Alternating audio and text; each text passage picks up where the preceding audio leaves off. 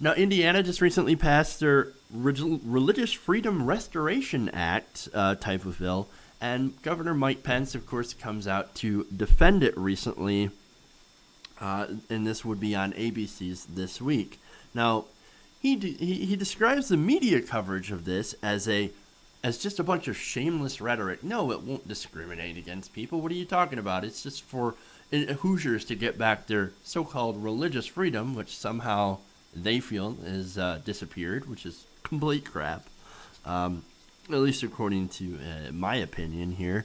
And he also says, we're not going to change this law. We're not going to do anything. We're not going to roll it back. We're not going to change it. We're going to make discrimination the law of the land. Essentially, if the General Assembly in Indiana, however, sends me a bill that adds a section that reiterates and amplifies and clarifies what the law really is and what it has been for the last 20 years, well, then I guess I'm open to that. Which is strange, because this is different than the other Religious Freedom Restoration Act. This actually adds provisions to where it's between businesses and individuals instead of just the government and individuals. This actually has this broadens it so that discrimination can be invoked to kind of protect people's religious freedom, so they say. What do you think about this so far and this whole thing? Well, I mean, it's been really rough for me to see unfold, and I've talked about this a lot on my show, both on the radio and on my YouTube channel. And, you know, some of it's a little bit personal because I attended Indiana University. So, you know, the Hoosier State holds a special place in my heart. So I have not enjoyed seeing this go down there. And I've also not enjoyed, I want people to let the LGBT community in Indiana know that they're not alone, and let the people in Indiana who this does not reflect them, let them know that they're not alone, because there's a lot of people in Indiana that are upset about this. The protests have had thousands and thousands of people turn out that's saying, you know, this does not speak for us, this does not speak for where we live, and we don't want this in our community. And Governor Pence, whenever he's questioned directly about, well, so is it okay for people to just turn away people from their business based on their sexual orientation? He can't give a straight answer to that. He won't answer that question straight, and that's because this is just about being able to openly discriminate. This is just about trying to make members of your community, in this case LGBT members of your community, out to be second-class citizens. And it's sponsored by a lot of very homophobic people. That, I mean, one of the sponsors of that bill is one of the people that helped push that forward is one of the guys that works with those correctional camps and stuff like that. So you have some very fringe, homophobic pockets, so to speak, behind this bill. So that's what this bill is about. I mean, the quote-unquote religious liberty, I mean, those are just buzzwords that have no meaning whatsoever. Of course, I don't see any part where anyone's religious freedom has been violated by allowing someone else of the same sex to get married to each other. It's ridiculous on its face. It's really, and I've called it this before, this law is a solution looking for a problem, and this is what it's always been. One of the things that kind of gets me, and in a lot of this, a lot of the kind of homophobic narratives are linked to some version of Christianity, right? And here's the thing. Still, to this day, about 77% of Americans identify with some form of Christianity.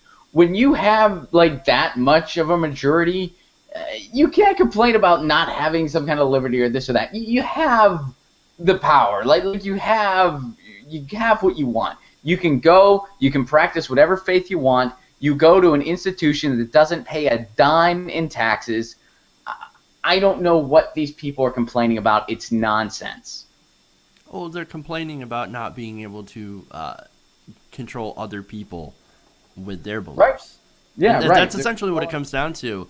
I don't agree with the way that you live your life, so I'm going to, using my book as justification, tell you what you can and can't do with your life. I thought people like Governor Pence were against big government. Right. Yeah. Except when it kind of fits his agenda, or the people that are padding his pockets, their Of agenda. course. Because I think in some ways he's a blank suit in a lot of ways, especially considering he can't defend this bill Well, at how all. can you? How can anyone defend it? Well, I mean, if he truly believed in it, he'd be able to at least, throw some word salad out there. But he had able to do that. I mean, all he can do is just spit the buzzwords back out because Right. I think in a lot of ways he's just a blank suit. I could be wrong, but that's the way it appears. Dan, why don't you go ahead and jump in? I think the angle you're all forgetting is how this affects the rest of the world's bigots. And it really hurts up here because every time you guys do something nuts down there, it gives our bigots hope. You guys are like an inspirational poster for bigots. It's like those motivational ones people send around. It's like, oh, look, somebody's riding a horse. This is what this Indiana bill is. So now people in crazy Canada who are like sitting in the backwoods up in Alberta going like, oh, man, if we only had some sort of hope that somebody would put a bill out, wouldn't let gay people have rights. Oh, thanks, Indiana. And then they're like, oh, perhaps our craziness can catch on here. And it's so painful. We really have done a good job in Canada of shutting our bigots up. And then every once in a while this stuff happens, and it gives them new hope. So I'm just saying, Indiana, thanks a lot, because now there'll be some fringe group in Canada that's going to be like, look at this amazing bill from Indiana. It's going to take away our religious freedom. And Well, so, like, you know what, Dan? yes, go No, ahead. no, Go I ahead. was just going to say, you don't have it so bad because here, all right, I live in a red state. I live in the state of Tennessee, all Right. right? So whenever I see something like this, our first thought is, oh, man, they're going to try to do that here next. That's our first thought. They're going to be like I think our governor in Tennessee just has this bat phone type device, and like it just rings occasionally, and he picks it up, and he's like, somebody is trying to out-bigot us, and he's like, well, I'm on it right away. And then they call the Koch brothers up, and then like Tennessee is like a 5-year-old that's really prone to make bad decisions. So then when other 5-year-olds make bad decisions, it's like, oh, Indiana just put a firecracker up a cat's butt and lit the match. It's like, oh, Tennessee's going to try that. And Tennessee, Uncle Koch supervises Tennessee and gives him all the money he wants. He's a spoiled brat. What are we going to do? So at least you just have bigots talking, all right? We might see some horrible policy.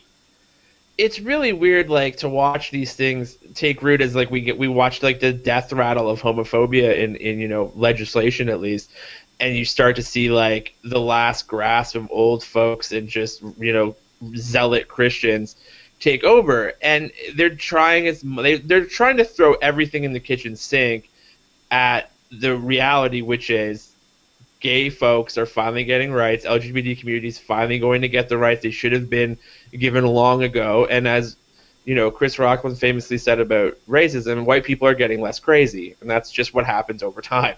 And so I think that what I think is really frustrating with this is I was raised Christian.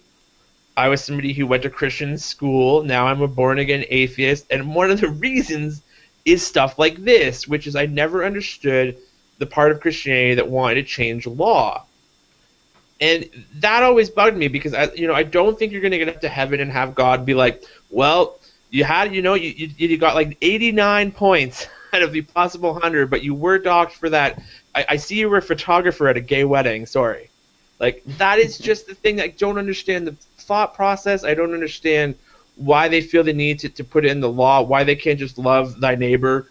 And so many Christians are, of that camp and don't agree with these kinds of things. But there's nothing in the Bible that's like, well, if you just look hard enough, it actually says coupon not redeemable if you are into, homosexual sex acts. Like, there's just not a reason for these businesses to have any really gripe. And I think to go back to what Jeff said off the top, which is just like, this is completely the Bigot Protection Act. It has nothing to do with religion. It doesn't even make sense within the framework of Christianity, which a lot of us grew up in.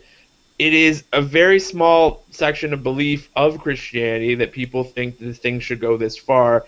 And once again, America did a pretty good job in its foundation to try to stop these kinds of things from happening. So, I mean, the government, church and state, all of that sort of stuff these are those bills that are just horrendous. But I think there is a silver lining in how many corporations, different states, like Connecticut came out today and said there's going to be no state-funded travel. Apple, like, not small things. Like, Apple's like the GM of, Google and Apple are basically the big as you get in the States, and they've both, come out against this. So I think that you're going to see everyone's kind of just looking at Indiana and rolling their eyes, which I think is the only silver lining we can find here, maybe. Mm-hmm. Yeah, I can agree with that. I think what heartens me is all the pushback that we've seen from, all different sorts of people, and even groups and corporations and stuff pushing back. Because, most of corporate America is kind of on board by saying, most people are in favor of this. Maybe we shouldn't get involved in this whole religious thing or discrimination thing, especially since gay money spends just as good as straight money. Yeah. They're just sitting in a board going, you know what? The money's still green, and we're not making chicken sandwiches, so let's just not judge people.